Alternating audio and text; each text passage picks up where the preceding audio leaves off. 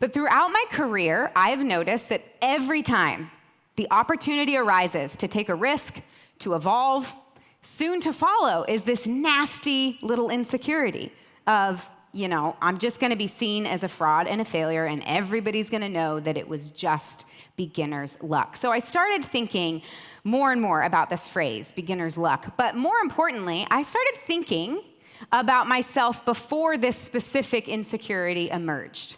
I started thinking about my 22-year-old self who had quit her corporate job and moved to Uganda without any experience or plans or a job, just a journalism degree and a willingness to ask interesting questions and follow interesting leads, and this belief that maybe I could be a part of something bigger than myself.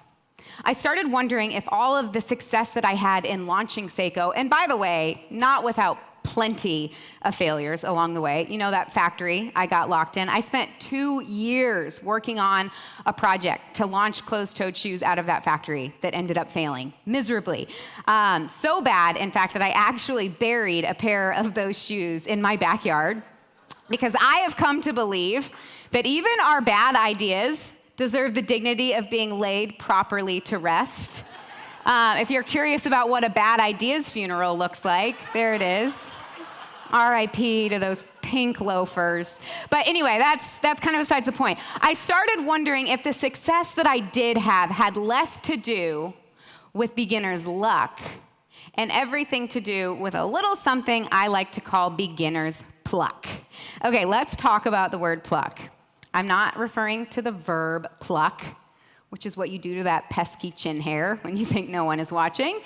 I'm referring to the brilliant and underused noun pluck. It means spirited and determined courage.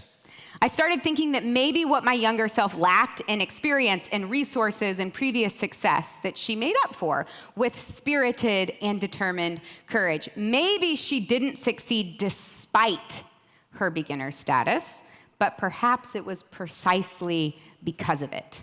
I started thinking really intentionally about the mentalities and the mindsets that I had in my earliest days, long before I would have self-identified as an entrepreneur or a leader or a designer. And I started wondering if 10 years into running this company that has millions of dollars in annual revenue and hundreds of employees on multiple continents and insurance premiums and payroll taxes and burn rates, if maybe learning how to really intentionally channel my inner beginner could help me become a more effective and courageous and creative leader for the long haul.